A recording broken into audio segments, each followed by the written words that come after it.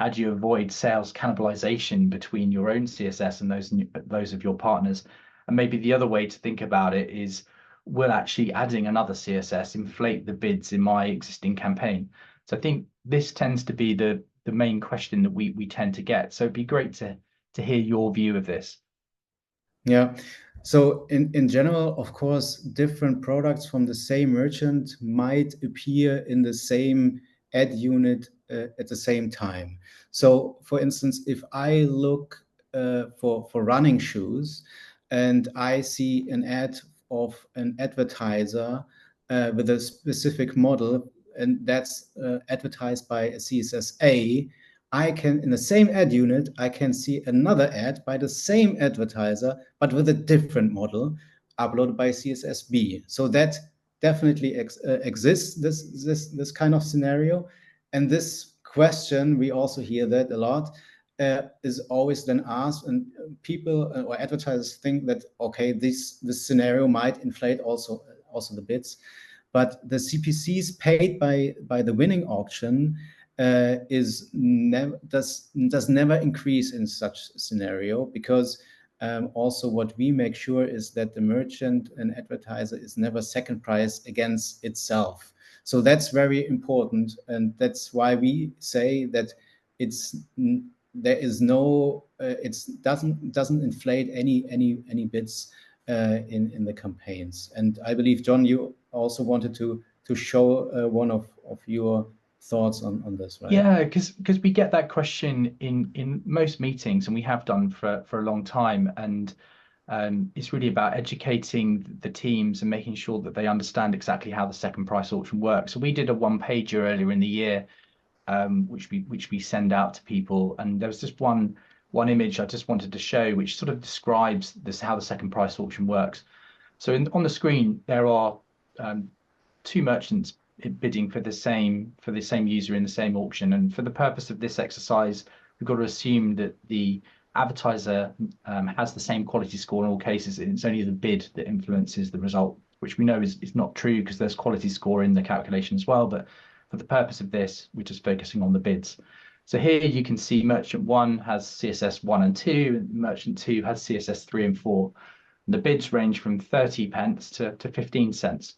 So in this scenario, CSS 1 has the winning bid, but in the second price auction, they pay the next best bid from merchant 2, so from the other advertiser, which in this case is 20 cents.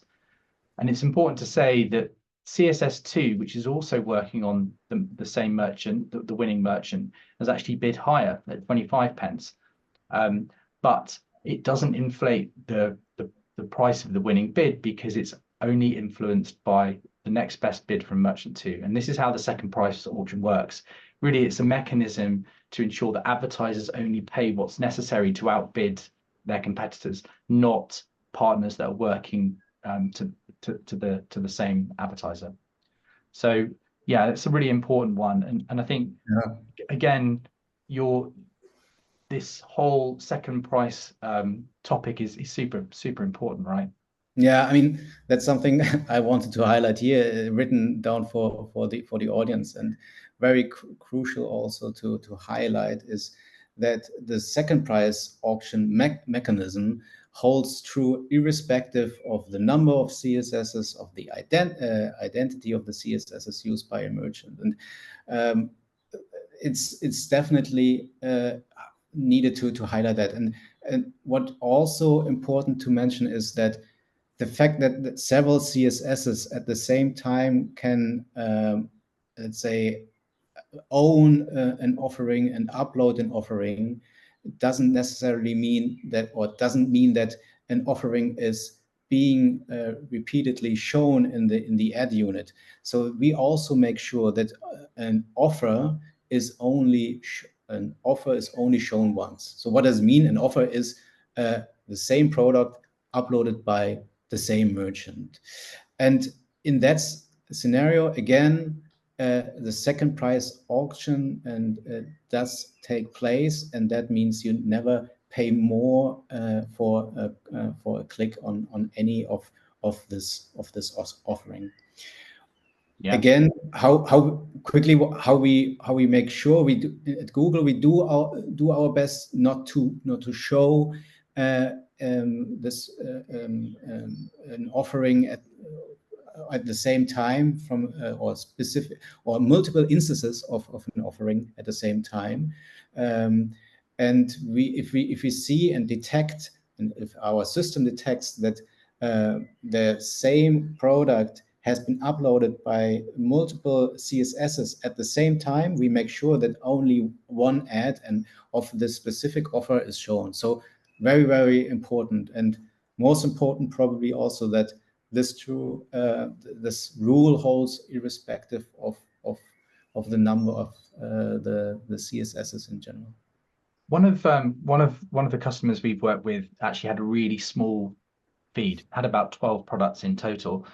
And they had their own direct to consumer site, but also sold through retailers. When you search for a very specific product, actually you get lots of different results in the search pages. I think one of the things that we learned from that is it's very important to have multiple images for the same product, because sometimes you might Google might show the same product, but will show different images of the product. So it shows a differentiated experience for the end user. Yeah. Have you got any advice around images per product? Yeah, we also see the same. We usually say the more the merrier.